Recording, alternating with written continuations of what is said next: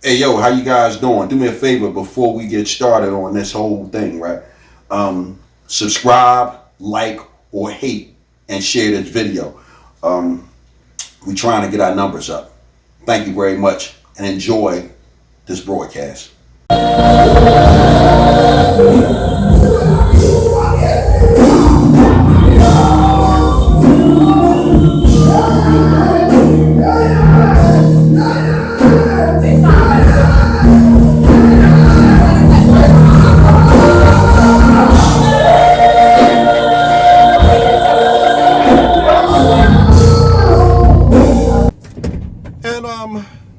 And this whole notion of putting your finger in your ear and getting wax on it and putting it up in a girl.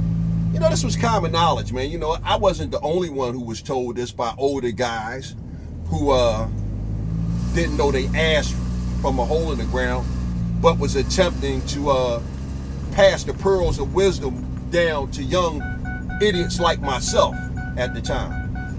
And like I said, a lot of the stuff Kevin says, I mean, he's spot on. You know what I mean? Kevin's straight on a lot of things that he say.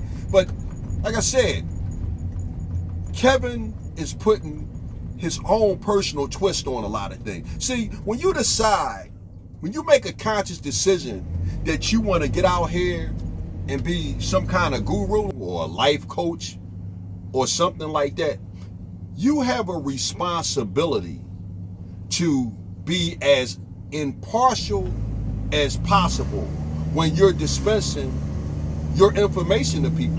When you start tainting the information by contaminating it with your own poisonous views, now the message that you're delivering is no longer pure. For example, I'm gonna just give you a quick sidebar. I believe in God, but a lot of that bullshit in the Bible, I don't believe that, because somebody wrote that. And when a person tells a story, people tend to put their own twist on a story. And for that reason, that's why I don't really believe too much that's in the Bible. And for that reason as well, that's why I am a stand-up comedian. As I speak to you people, I don't fancy myself a relationships expert, a relationships guru. I don't fancy myself none of that. I'm a stand-up comedian, and I'm a guy that get paid to talk shit. That's what I do. I don't have no letters behind my name or nothing like that. I just got 53 years of experience and wisdom, and if I say something out my mouth and you can use it, hey man, use it. But I'm not saying that this shit gonna work for you. It might work for you, it might not work for you, but I will let you people in on a secret. I'm not the brightest light bulb in the pack, but I've done quite well in life.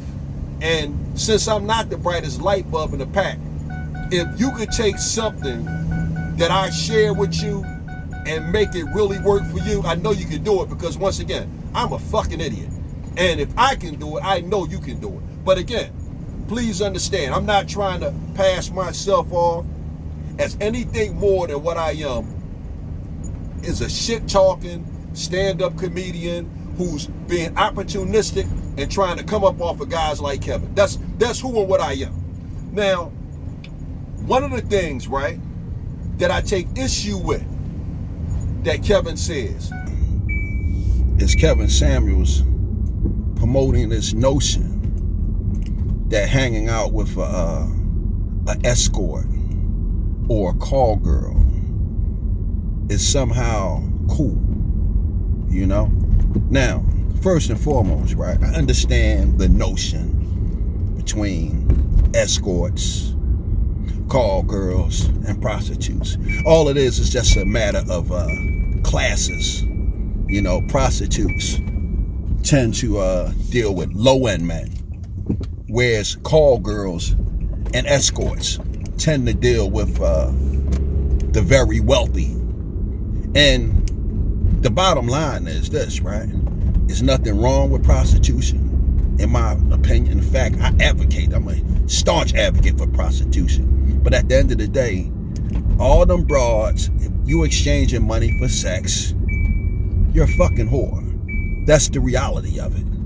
And I'm saying all that to say this, right?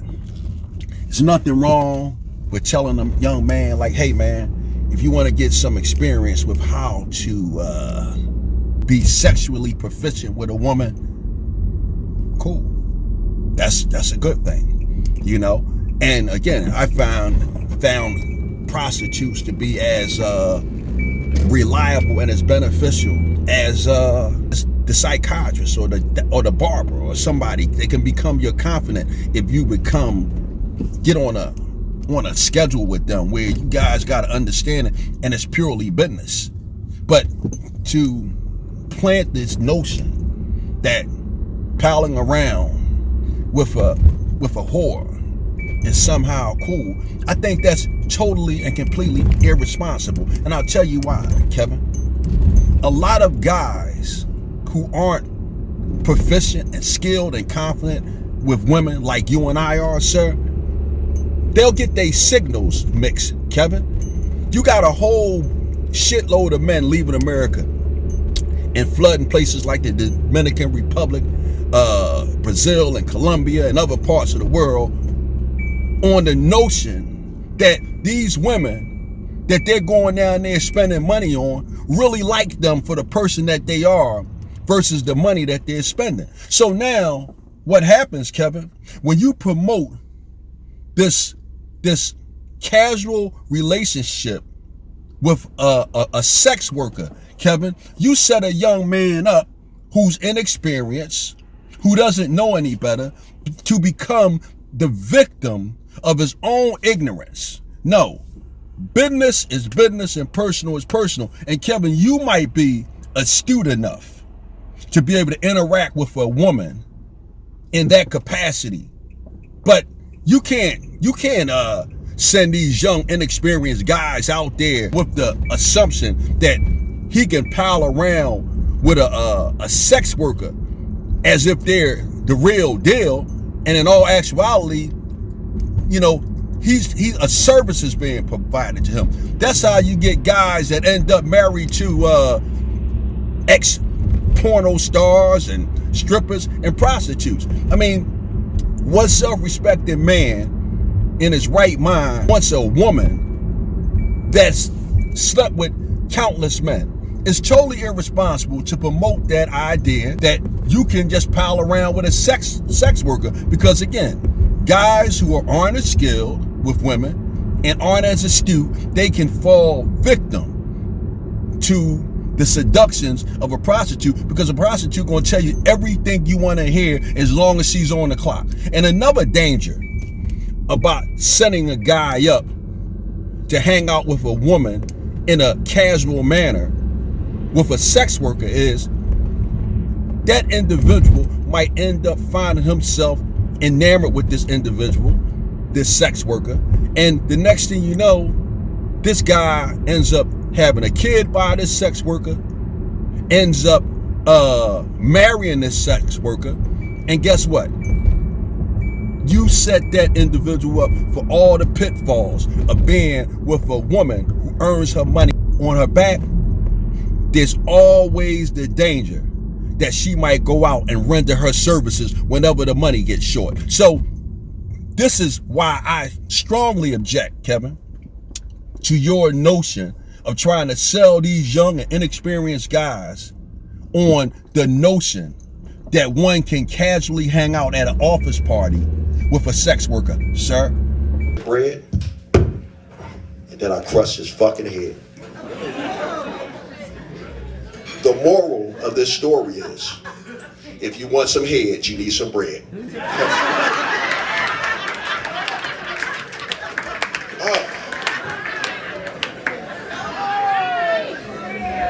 They say the best things in life are free. Where's all the free pussy at? I got here early and I was sitting at the bar next to this beautiful young lady. And I leaned into her. I said, sweetheart, would you fuck a man for $50,000? She said, your place or mine. I looked at her. I said, babe, would you fuck a man for $20? She turned and looked at me. She said, what the hell you think I am? I said, baby, we both know what you are. We just trying to agree on a price.